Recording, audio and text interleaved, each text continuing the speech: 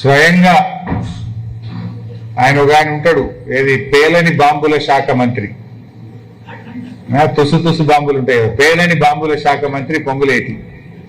ఆయన నుంచి మొదలుకుంటే మండల స్థాయి వరకు కూడా నిషేధిత భూముల జాబితాలో పెట్టి ఇవాళ ప్రజల ఉసురు పోసుకుంటా ఉన్నారు.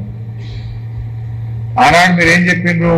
నిషేధిత భూములన్నీ తీసేస్తామని చెప్పి ఇవాళ 1 కోటి ఎకరాలు దాటింది నిషేధిత భూముల జాబితా. అది బయట పెట్టండి. హైకోర్టు కూడా చెప్తుంది నిషేధిత భూముల జాబితాను ఆన్లైన్లో పబ్లిక్ డొమైన్లో పెట్టండి అని.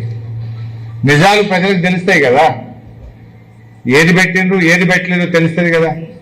ఎందుకు నిషేధిత భూముల జాబితా ఆన్లైన్లో పెట్టలేరు? ఎందుకు కొత్తగా మీరు భూములు పెట్టుకుంటూ పోతున్నారు? ఇందులో పెద్ద స్కామ్ జరిగింది. త్వరలోనే అన్ని భూముల వివరాలు బయట పెడతాం. కాంగ్రెస్ వచ్చినాక నిషేధిత భూముల జాబితాలో పెట్టడం, వసూళ్లు కాగానే తీసేయడం. రాష్ట్రంలో ఇదో పెద్ద స్కామ్ జరుగుతుంది. విలువైనటువంటి భూములను గుర్తించి నిషేధిత భూముల జాబితాలో పెట్టడం, సెటిల్మెంట్ కాగానే తీసేయడం. పెట్టుడెందుకు, తీసుడెందుకు?